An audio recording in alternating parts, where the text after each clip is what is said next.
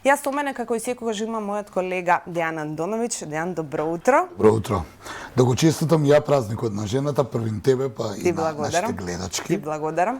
Кажи ми, кој е твоето видување, кој е твојот став во однос на правата на жените денеска? Па јас мислам дека ги имаат остварено, секогаш има простор, се што ќе освоите и ќе остварите со труд и заложба, треба да се одржува, не може само да кажете ние ги остваривме и толку. Мислам дека ги имаат правата.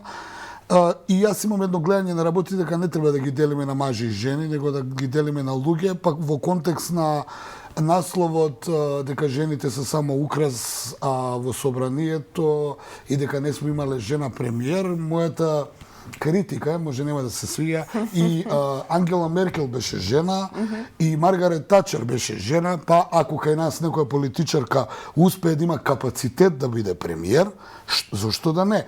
Практично сакам да кажем дека не треба по дефолт сега жена мораме да имаме толку или оволку, дека бидат 100% жени доколку ги имаат тие капацитети, така да мислам дека најголема грешка денеска ми се чини се мешаат работите, се делат луѓето од една страна, а од друга страна сме исти. Значи, ако сме исти, сме исти.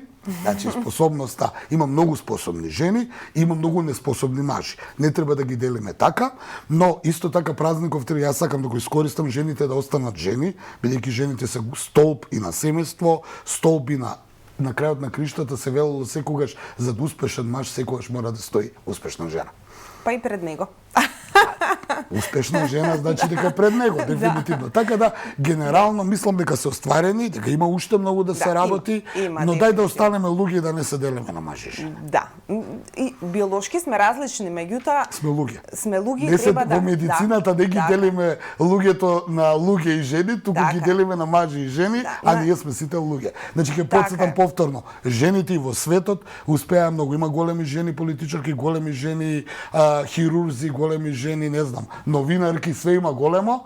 Сега, можеби застапеноста е помала, но жената има уште една улога, тоа се вика мајка. Така. И го има семејството, па оттаму и е неблагодарно да имаме ривалитет, дека мажите се повеќе застапени од жените. Не, напротив, мислам дека жената има многу поголема улога денеска во општеството и кога ќе го видиме светот, каков е, и јас навивам да има повеќе жени политичарки, бидејќи верувам дека ако повеќето се жени политичарки ќе има помалку насилство. Да, сигурно, затоа што мајчинскиот инстинкт и оној инстинкт за згрижување и за грижа кон своите сограѓани. Така да сакам уште еднашка да апелирам да нема ривалитет, сите сме луѓе, но жената ако остане да биде жена, да биде мајка и се, светот ќе биде многу подобар. Така е, да се трудиме да бидеме подобри луѓе пред се, без оглед на нашиот пол. Добро, ајде секако ќе ајде во контекст на 8 март ја нешто сега додека те слушам како зборуваш, изминативе години го следам светот и на овој ден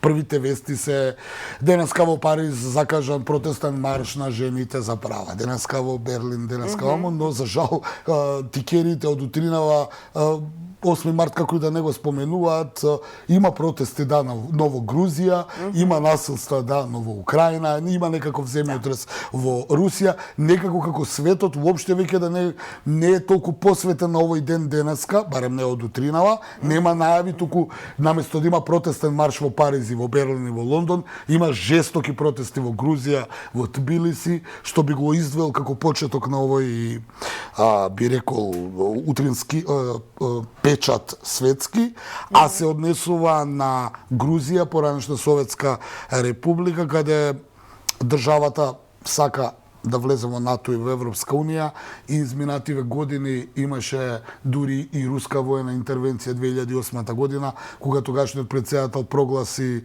дека ќе влезе во Европска унија и НАТО, што на Москва не ја одговара. Тоа се нејзини поранешни републики од периодот на Советскиот сојуз и руска сфера на влијание и не дозволува да дојде западната, бидејќи доколку дојде дополнителен удар ќе има за руската политика, барем они така сметаат.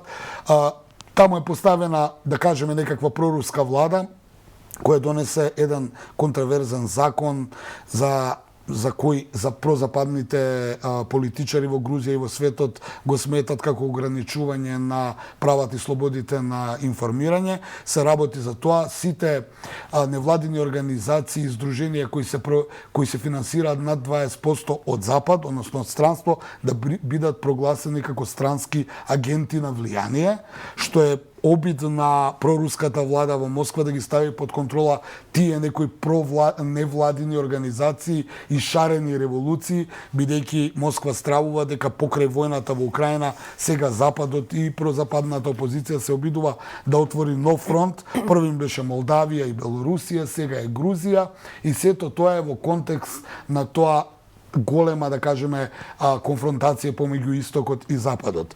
Таму имаше протести, имаше тепачка во собранието нивно во Тбилиси, во парламент, но имаше и напади со молотови коктели, судири со полицијата, веројатно од утринава е мирно, но се стравува дека тоа би можело да биде новата точка на пресметката помеѓу Западот од една страна и Русија, а се иницирано од војната во Украина. И само ќе потсетам на крај, уште еднаш Грузија и Украина беа државите кои сакаат да влезат во Европската унија и во НАТО и за кои Брисел планира да ги интегрира, што Москва никако нема да дозволи, особено што Грузија има таму проруски области, исто како и во Украина, тоа се Абхазија и Јужна Осетија. Тоа е под руска управа, значи дел од Грузија, и русите ми се чини дека ќе направат се да не дозволат Грузија да се интегрира во Западот, па се подготвени дури да направат и војна интервенција, а тоа веќе го направија 2008 година, а бога ми со ова со Украина покажа дека можат и да продолжат. Така да тоа е гледам како една нова точка на конфликт помеѓу Истокот и Западот, и се разбира Бахмут, каде што во Украина се уште трае она крвава битка, би рекол, ми се чини го нарекуваат модерен Сталинград, не се работи толку стратешки важен град колку што се работи за престиж на руска страна и мерење на силите политички помеѓу лидерот на Вагнер групацијата Пригожин со руските генерали од една страна и украинскиот генералштаб со се уште актуелниот претседател на Украина Зеленски од друга страна. Ми се чини дека Бахмут ќе биде синоним за многу нешта во историјата ќе влезе, но јас повторно ќе кажам, Бахмут покажува и една голема пресметка помеѓу западната воена индустрија против источната воена индустрија, односно руската, бидејќи таму се извезува многу оружје, се произведува многу оружје и се уништува многу оружје.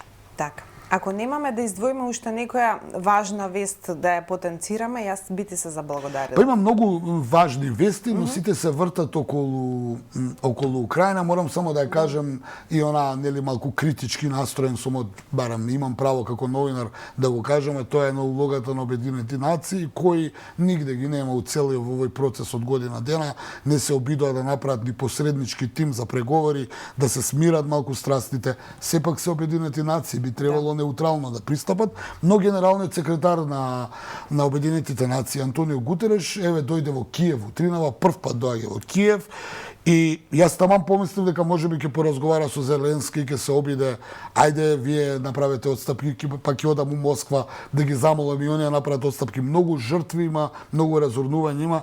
Тој дојде да се обиде бизнис, би рекол, бизнис план да спроведе, а тоа е да се договорат да продолжи извозот на жито од Украина и Русија заедно, да не го попречува тој извоз на жито. Не велам дека не е важно, бидејќи извозот на жито од Украина е многу важен за светската храна, бидејќи Украина е житница од светски размери, но од друга страна ми се чини дека сепак за да јадете прво треба да преживеете, па по таа аналогија очекува во најмала рака да се обидува да биде медијатор и посредник, барем да дојде некаков прекин на огнот, а не да се гледа бизнисот дали ќе отиде житото или не. Се разбира, ова е моје гледање на работите. Веројатно многумина нема да се согласат со мене, но јас еве као новинар, коментатор имам право да го кажам моето мислење. Така, јас ти благодарам што го сподели со нас и со нашите гледачи.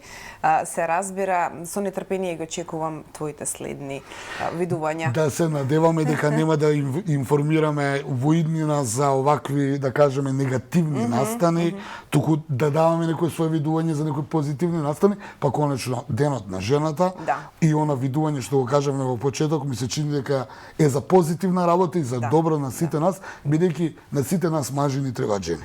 Така е. А и ние не можеме без вас секако.